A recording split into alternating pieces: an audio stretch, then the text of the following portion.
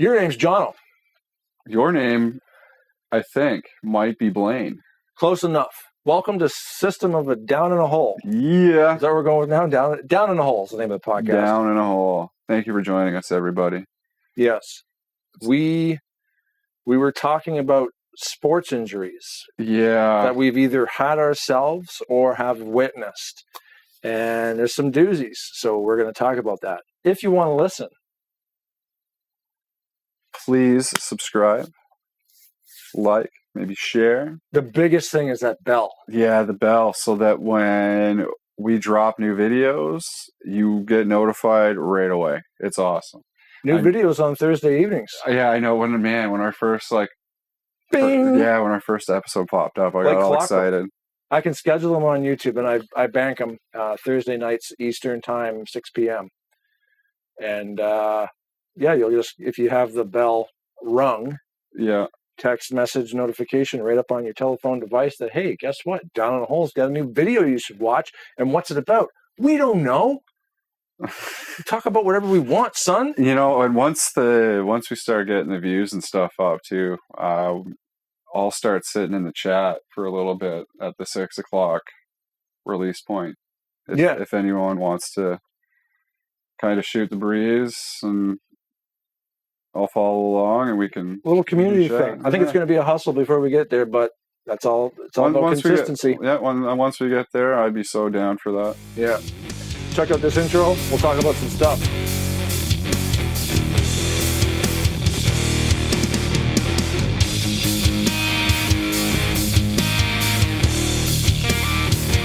Did you see those two baseball players that collided this week?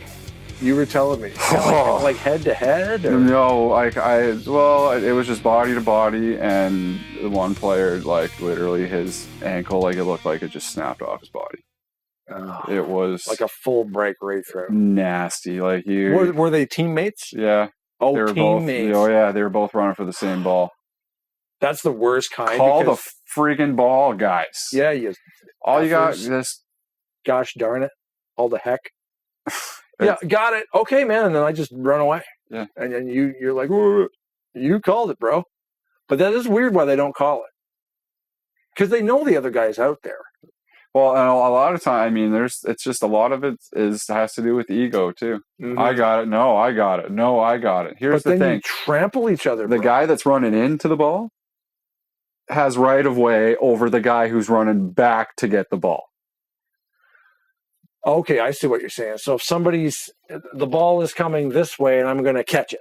Yeah. Where if it's going this way and you're chasing it, that's stupid. You're running backwards. Sometimes it has to be done, but when you've got a case of two players that are both equally capable of getting the ball, it's easier for me to just catch it. Yeah. If it's coming from over there, why are you going to turn and run with it when I can just run at it and grab it? Who was it? What team? I want to say it was the Baltimore Orioles. I can't remember. Oh, okay. It was just like a highlight reel you watched? Yeah. But were you watching the game live or no? Yeah. No. Live stuff. Oh. Is it an injury if a guy dies? Last time I ever watched IndyCar. Oh, okay, yeah. We were living out west in British Columbia, in Abbotsford, British Columbia. And we were big fans of the number 99, Greg Moore. Okay. Because he was from Maple Ridge, which was only 45 minutes, hour, 2 away. I can't remember how far away, but Maple Ridge, he's local. He's legit, he lives right in this pocket. And he's an IndyCar driver. Patrick Carpentier's Canadian, Paul Tracy's Canadian, raced for Cool Green. Carpentier and Moore were teammates. They raced for players. Yeah. Back when your cigarette companies were allowed to sponsor stuff. Michigan. We used to watch every weekend because we want to watch Greg Moore. Yeah. And all the other guys. There's, who else was Alex Zanardi. I'm trying to remember the race car driver names. I can't remember too many of them. But Moore was our favorite because he was a local guy. Mom, Dad, we all used to watch. My two brothers, Ryan, Tyler. So we're watching this race. Michigan not super speedway. Michigan Speedway. It's a couple miles long, D-shaped oval. Yeah. IndyCar races on speedways, and they race on like the circuits and the road courses and stuff. So they have like a track in Vancouver. Toronto's got one. And then they'll go to the speedways like Michigan and California and whatnot. They travel around North America. And we're watching this race live on Saturday or Sunday or whatever it was, the race weekend, probably Sunday. That's usually when the races are. And they had just come out with this new thing for the speedways. Yeah. They had this wing this new wing that they designed. I can't remember the name of it. It has a name. It increases the draft, which increases the slingshot. So if anybody doesn't watch racing, I mean, these Indy cars go fast. They go like 200 miles an hour on a track like that, because of the way they're built. They're like upside down airplanes. The faster you go, the tighter they stick to the track. Yeah. But then when you tuck in behind a guy, he's braking the air, and you're able to gain some speed. Yeah. Well, these new wings they had increased that funnel where you'd launch like from even farther away. So say you needed to get like within 3 car lengths to get some draft going and get some slingshot action to go around and pass them. Yeah. So you'd catch your speed. See if people can see that. Like you get behind a car, you start gaining some speed, and then if you time it right, you can sling around them and get in front. Sometimes you get side by side, whatever, you take that thing. So anyway, they designed this wing and increased the draft. Yeah. So they could catch the draft from way farther. Yeah. And they were launching past each other. The whole race was just slingshotting each other all day. Yeah. So you're going from 195 mile an hour, catch the draft. I don't even know. Like they'd gain 20, 30 mile an hour. Yeah. Crazy. They just drive by guys like they're standing there at like super speed, right? It makes for exciting racing, which is probably why they did it. Cars get a little bit faster. There's a lot more passing. It's more exciting to watch. I'm a big fan of NASCAR because there's a car around you.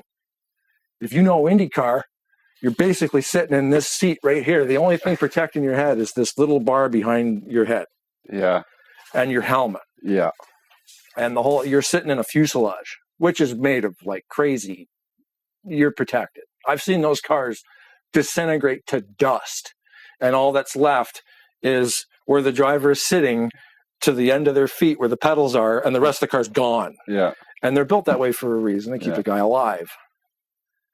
So watching this race, Moore gets in behind someone, can't remember who it was, goes out to pass, and kind of lost control of the car, comes down the I'm getting emotional talking about this. Comes down the banking, and the way that the Michigan's built, it's a high banking track. It's fucking quick. Yeah. Comes down the banking, and then when the car hits the apron, because now he's in a slide. Yeah. Right. So the car hits the apron, and it's a transition of. See if I can do this on here. So the track is like that. Right. So here's the apron, and here's the racing surface. So if he comes off the racing surface and gets down here, the car now bottoms out and kind of gets launched a bit. Yeah. So he comes down, kind of launches the car a little bit, kind of like one of these things. And then the wheel just kind of hooks the grass and rolls the car like this. And he hit a wall at full speed, perpendicular, right? So didn't try to get this on camera. So didn't just like kind of come in and like graze the wall and smash and roll away. Came in like that. But he came in. The car, I try to get it on the screen here. The car rotated in a way that, because the way he came down the track so fast, bottomed out and kind of rotated just enough that when he hit the wall, if his head is on the top of the car rotated and hit the wall head first, right? So all 4 of his wheels are, like the car's on its side. And his head hit the wall, and the car just went bang, went straight up in the air, and fell straight down. And we all went, whoa, what the fuck just happened? Because now you expect a crash to the guy just kind of hits the wall, car bounces off, rolls through the grass, comes to a stop. Not right across, bang, head first, car, boom. So they zoom in, they watch the replay, like, oh, it's bad. And when you're watching, like kind of when you're watching wrestling and you watch a guy get injured, you know something's wrong. I've watched enough racing to know that is wrong. Yeah. That car stopped so fast. Went from like 190 mile an hour to 0 in like no time. And when it came to arrest, they were on him quick. Like the ambulance guys were already on their way there. And they get him out of the car and they get him on the board. They get him on the stretcher. And then, you know, they got the camera down on there looking because they're all waiting for one of these, right? Yeah. And that never came. That never came. Oh, man. The guy, he had a fucking a clear tube, the paramedic. Yeah.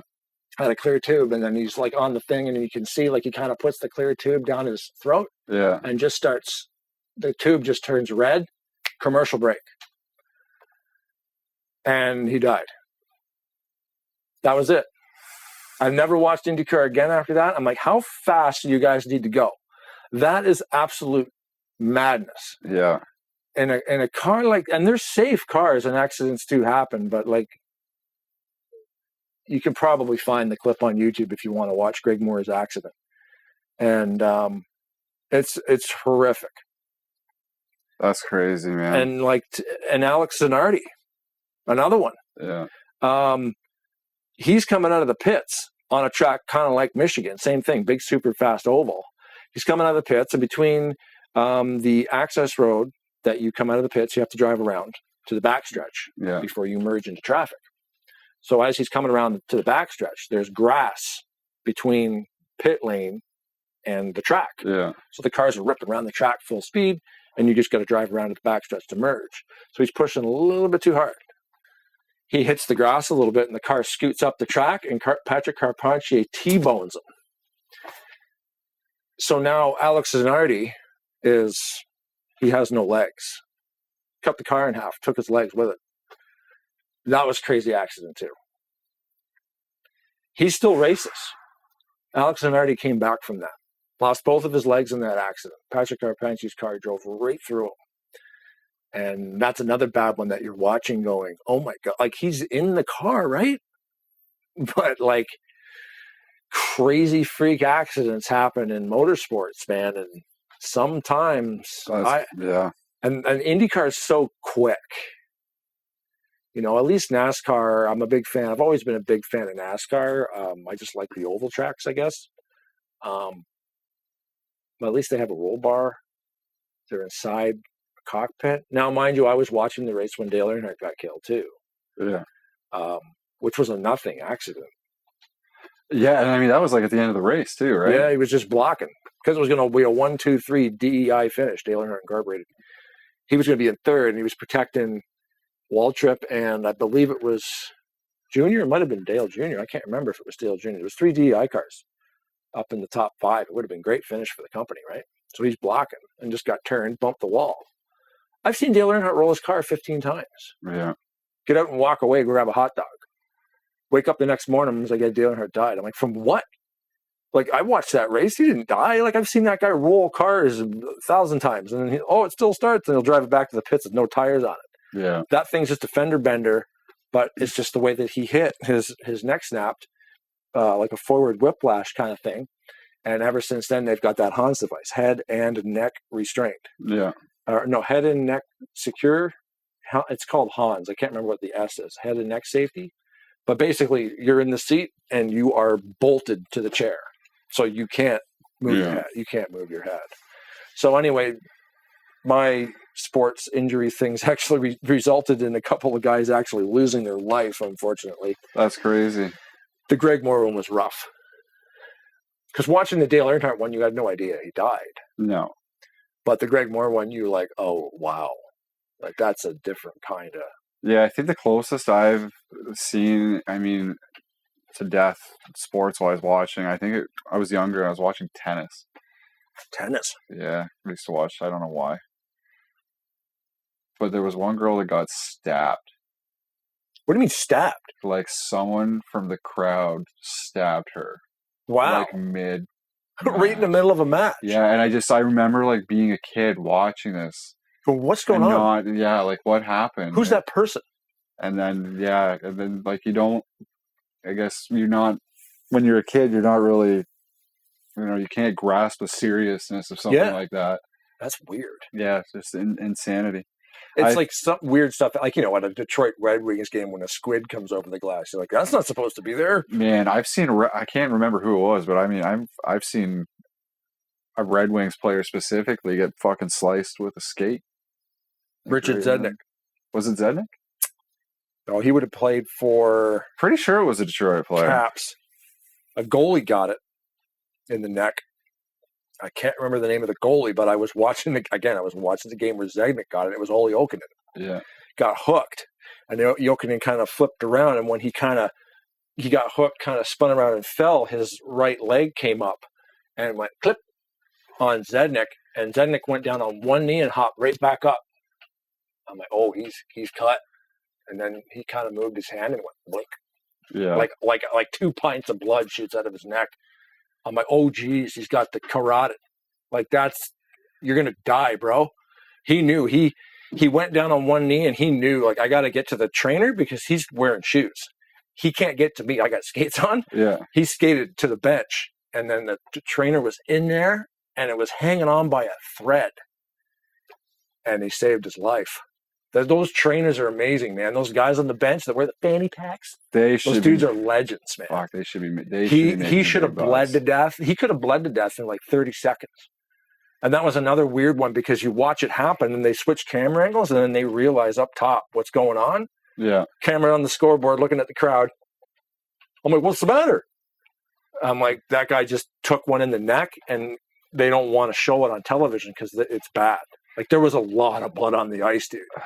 Within 2 seconds, there was it looked like a carpet. That's crazy. Disgusting. But he's fine. He came back. I think it was last year in preseason for baseball. New York Yankees were playing. It might have even been a Yankees-Jays game. But they were warming up. Actually, no. I might have seen this just on a highlight. Warm up. Correction. I heard this. So it's hearsay. So it's on the TV. I'm in another room. Okay. So holy jeez, you got to watch this. I didn't even. I heard it. So basically, Giancarlo Stanton of the New York Yankees, big home run hitter, not big, strong guy, hits ball really, really hard. Chin-Ming Wang, pitcher for the New York Yankees, pitches a nice fastball, and Stanton hits this thing. Comes off his bat 120 miles an hour. Takes Wong right in the fucking head.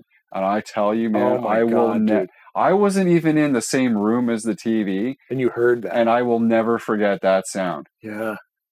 Like, it was... like split I thought he was dead. He should have been. I thought he was dead. That's a bullet. Yeah. Where did it hit him? Like square between or temple? It doesn't matter. Regardless, Stanton hits bombs. Yeah. Would you rather get hit? Would you rather get hit by the ball or just have him swing the bat at your face? Yeah. I'd rather take the bat. At least it's made of wood. Yeah. Man, how'd that guy fare? Oh, he was out for quite a while. Was he unconscious? Oh yeah. Yeah. He went down like fuck, man. I remember hearing it. Just that crack. Yeah. It's like a distinct sound. Wow. It was insane. Like, it is different. You heard the crack of the bat, like the ball coming off the bat, and then like immediately it was like an echo. But yeah. Like in Stanton, normally, like this guy will hit 450 plus foot home runs. Like he's hitting the he's ball. Put him in the parking lot. Oh, they're over going the Green away. Monster, gone. And 60 feet, 6 inches away. That's it, at 66?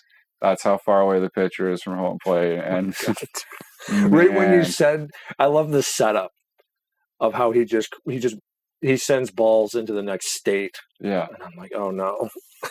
And then at 60 feet, 6 inches. It's not slowing down. It's still speeding up. Oh, yeah. Yeah. Oh, yeah. Oh. So, you know what? Randy Johnson even throwing that pitch and hitting that bird. People whine and complain all the time about how much money professional athletes make. They're jealous. 100%. Yeah. I love that argument. Like, oh, man. I'm like, yeah, but. Do you know why baseball players, basketball players, hockey players make $20+ million a year? because of merchandise, because of ticket sales, because of the profit. Like, people are so quick to jump into that argument without knowing all the facts. Yeah, they're just jealous. Straight jealous. I'm jealous. I'm 100%. Oh, yeah. I wish I was making $20 million a year. You know, they're paying, I don't know, name a pitcher. Like, they make $120 million a season. Or I don't know what the numbers are, really. Yeah, but the thing with a pitcher is you throw a pitch the wrong way once and fuck up your elbow, your career is done. Yep. I would imagine, like, especially when it comes to baseball, I mean, there's so many gnarly injuries. Like, we were just talking about the Silva Chris Wyman fight. What a story that is. What did you say was 2013? 2013. We were at Jack Tuesday's, local bar here in Kingston, Ontario, Canada, North America, Earth. We were down there watching the UFC 163 or whatever it was in 2013. It was Wyman versus Silva, and Silva goes to kick.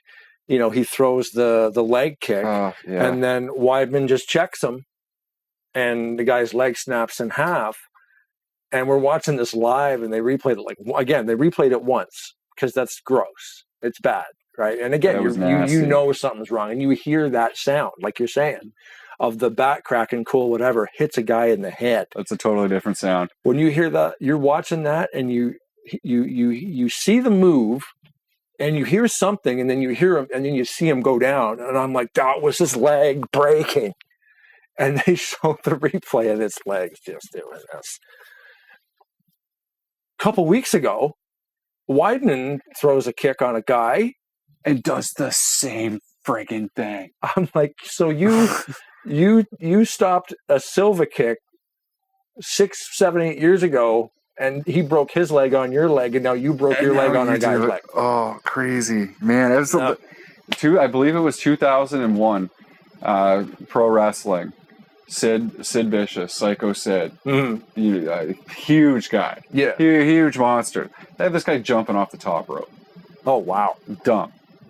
What happens when he lands on the mat? His leg just goes. I saw that one. Oh, God. Gnarliest injury. He just down. I mean, in pro wrestling, I've been watching this for 30 years. That was such a weird one, too, because he just. What? I'm like, wait, what just happened? Yeah, fucking leg snap. His leg come down and, like, not even funny. He just landed and it broke. I've seen a lot of gnarly injuries in pro wrestling over the 30-plus years of watching it. Yeah. That was probably, oddly enough, the most, because nobody saw it coming. It's so weird. Like, if you're getting suplexed and, you know... You're watching Undertaker, Mankind in the top of the cell, and you see Undertaker's about to throw Mankind, you know some shit's coming. Yeah. If he dislocates a shoulder, okay. He just got thrown off the fucking top of the cell. You knew it was coming. And he landed on a concrete floor. But all Sid did was jump off the top rope. That's like me hopping out of my pickup truck. Yeah.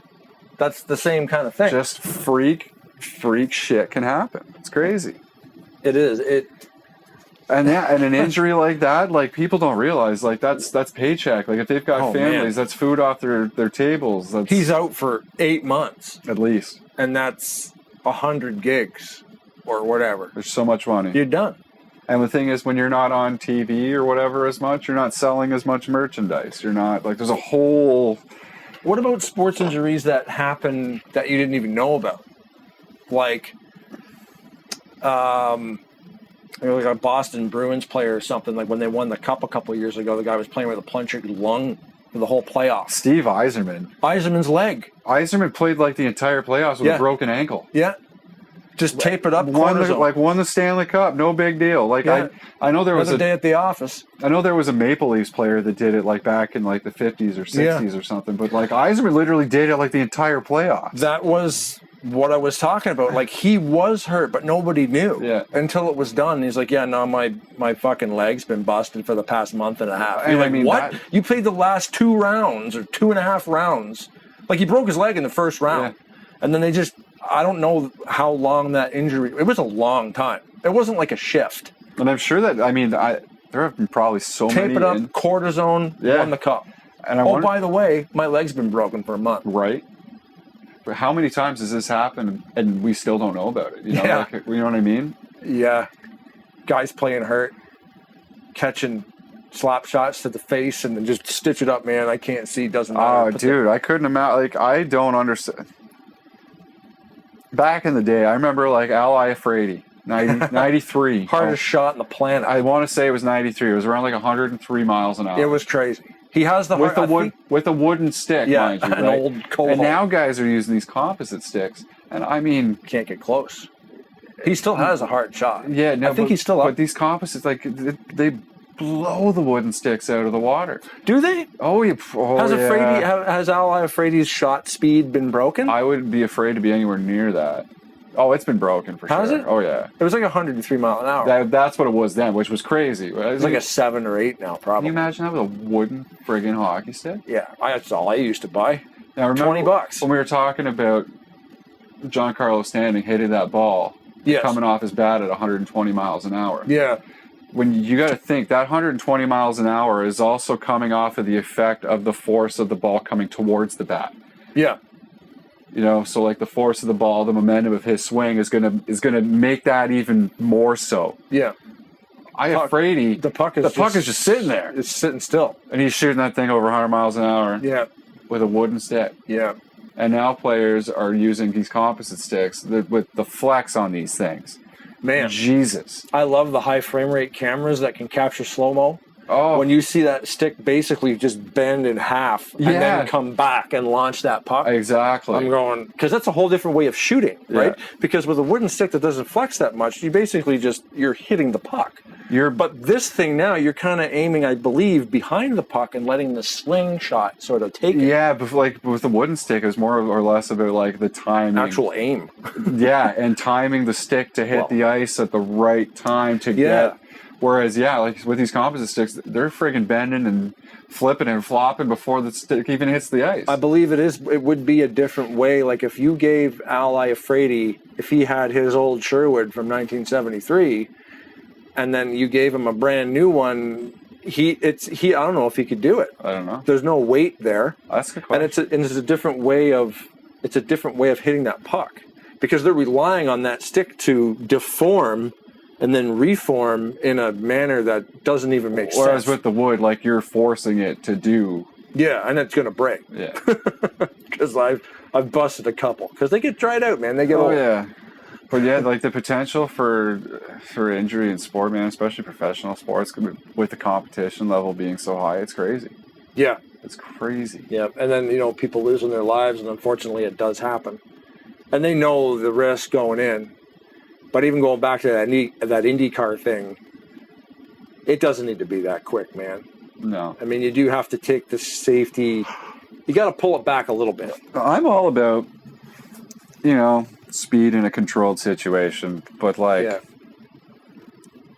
in a controlled situation, there's too many variables in that regard. And the technology advances so fast.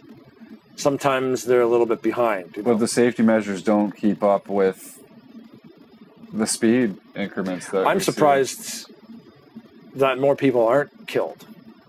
Yeah. Especially in hockey when you're wearing steel blades on your feet. Steel blades, man. More people aren't even cut in hockey. How are guys not just getting hacked up, getting stepped on? I don't know. I mean, people are aware of where their feet are, I hope. I guess guys have obviously got cut and stepped on, but for the amount of hockey that happens and the amount of times that nobody actually does that never happens. I'm surprised it doesn't happen more. Yeah, a couple of carotid artery hits here and there, but for the amount of games that have been played, I mean, it's a great sport. I love it. Accidents happen. If it can't kill you, it's not a sport. I mean, I'm sure. So my dad says. Can't kill you, it's not a sport. So NASCAR, like motorsports is a sport. Yeah. Hockey is a sport. People have died playing that. There's a guy, I played house league hockey. There was a local guy, I still remember his name, Dallas Sanders. I was house league. He was like AAA rep guy. But we all wore a DS on our shirts. Because he went down to block a slap shot, took one in the chest, off his heart. 16 years old, 17 years old, just in high school, the dude, right?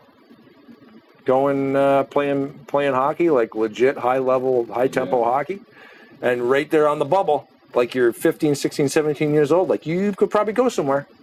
And he goes down to block a shot, and the defenseman probably just pulled it a little bit early, or whatever happened, and that was it. He passed away from blocking a slap shot, and it's like, holy crap, dude. Yeah. But it's like that 1 in a million thing where it's going to hit you in that perfect spot, the perfect time. And if he goes down to block a shot like that, or maybe he's doing this, it just kind of goes off. But you can't. What if it's irrelevant? The guy unfortunately lost his life. But still remember that dude's name. I never knew him personally, but it's local. You're going to know. Yeah. We all wore that thing for a couple of years on our shirts. All the leagues. Yeah. We were house league. We weren't even that guy's caliber. But you all hear about that, and you just learn from it. Oh. And, house league was fun. That's what I did. Yeah, it's all local, right? As a kid. Yeah. I've had a couple concussions playing, but I think personal injury is probably another episode. Because this is like an hour long. Hell yeah. Probably not that long. It'll be a length 32 minutes. It will be a length of time. That is true. Thanks for watching for that said length of time. We are down in a hole. We talk about whatever we want to talk about.